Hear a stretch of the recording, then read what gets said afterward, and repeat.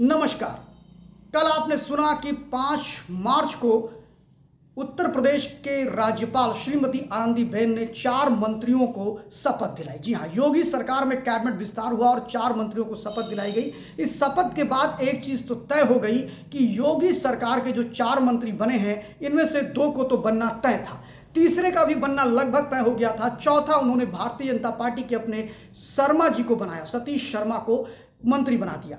सबसे बड़ी बात यह आती है कि भारतीय जनता पार्टी की इस घटना के बाद तरह तरह की चर्चाएं समाज में हो रही है। एक पक्ष तो वो है जो दारा सिंह चौहान और राजभर को मंत्री बनाने को लेकर के भारतीय जनता पार्टी के इस निर्णय से सहमत नहीं है।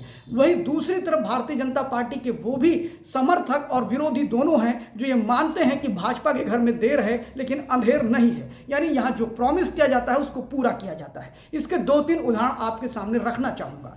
पहला उदाहरण मैं रखना चाहूँगा ज्योतिरादित्य सिंधिया, जो कि 2020 में भारतीय जनता पार्टी में ज्वाइन करते हैं और उसके बाद काफ़ी समय तक इंतजार करने के बाद वो नागरिक उड्डयन मंत्री राज्यसभा में बना दिए जाते हैं। फिलहाल इस बार वो लोकसभा का टिकट पा गए हैं। वहीं पर आप जतिन प्रसाद की बात करिए, उन्हें भी काफ़ी वेट एंड वॉच करना पड़ा। इसके अलावा आरपीएन सिंह की बात करिए, उन्हें भी वेट एंड वॉच करना पड़ा। और सबसे बड़ा उदाहरण जो है वो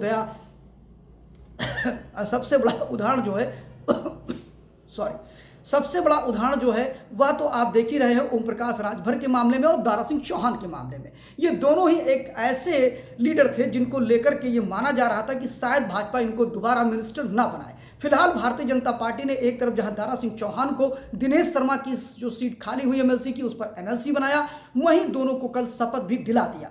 खास तौर पर आपने देखा कि ये बनने में काफ़ी समय लगा। ये वही ओम प्रकाश राजभर हैं जो पहली कैबिनेट जो बनी थी, यानी कि 2017 की जो पहली कैबिनेट थी उसमें भी एक कैबिनेट मंत्री थे और उसके बाद खुद ही योगी आदित्यनाथ के खिलाफ बयानबाजी करके और सरकार के विरोध में बयान देने के बाद ये स्वयं निकले थे भारतीय जनता पार्टी की सरकार से। और उसके बाद फिर इनका मन परिवर्तन 2022 के चुनाव के बाद हुआ और इन्हें लगा कि अब इनका ठिकाना सिर्फ भाजपा में ही है। फिलहाल आपको बता दें कि राजभर हो या राष्ट्रीय लोकदल हो, ये दोनों ही कहीं ना कहीं भारतीय जनता पार्टी से भी इनका अत्यधिक लगाव होने का कारण ये है कि दोनों एक दूसरे के पूरक हैं। अगर आप बात करेंगे अनिल का, जो कि मिनिस्टर बने हैं राष्ट्रीय लोकदल से, उनको बता दें वो जाटो समाज से आते हैं। पश्चिम में जाइए तो जाटों की भरमार है जो पूरी तरह से भाजपा विरोधी होते हैं और जमकर विरोध करते हैं। लेकिन उन जाटों के बीच में जबरदस्त वोट पाना भारतीय जनता पार्टी की अपनी एक कला कही जाएगी। खास तौर पर जहां पर उन्होंने जाट वोटों को और जाटो वोटों को साध लिया तो ये मान लीजिए कि पश्चिमी उत्तर प्रदेश में जो लीड होगी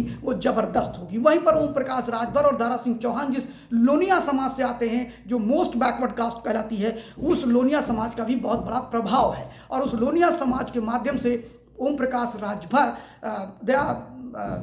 दारा सिंह चौहान और ओम प्रकाश राजभर, इन दोनों को साधने के बाद ये तो तय हो गया कि इन दोनों के समर्थक और इन दोनों की जातियां ये मान चुकी हैं कि भारतीय जनता पार्टी की सोशल इंजीनियरिंग बिल्कुल जबरदस्त है और उनको ये मानना है कि उनके जातियों को व्यापक सम्मान दिया जा रहा है। एक ये भी मैसेज जा रहा है कि दारा सिंह चौहान की गद्दारी करने के बाद भी उनको पार्टी में लाना, फिर पार्टी में चुनाव लड़ाना और उसके बाद फिर उनके हारने के बाद उन्हें मंत्री बनाना, उनके समाज में एक बड़ा मैसेज भारतीय जनता पार्टी ने भेजा है। वहीं ओम प्रकाश राजभर के राजभर समाज को भी एक बड़ा मैसेज दिया। आपको बताएं, ओम प्रकाश राजभर की काट के रूप में अनिल राजभर को डेवलप किया गया था, लेकिन अनिल राजभर ओम प्रकाश राजभर की तरह अपने आप को स्टैब्लिश तो नहीं कर पाए, लेकिन अनिल राजभर के साथ भी राजभर समाज खड़ा है। और ऐसे में देखा जाए तो राजभर समाज के 2 मिनिस्टर भारतीय जनता पार्टी के पास हैं। वहीं पर सतीश शर्मा की बात की जाए तो पश्चिमी उत्तर प्रदेश में शर्मा बड़े ब्राह्मण माने जाते हैं और उनको दोबारा मंत्री बनाना शर्मा जी को एक बड़ा संदेश जाता है।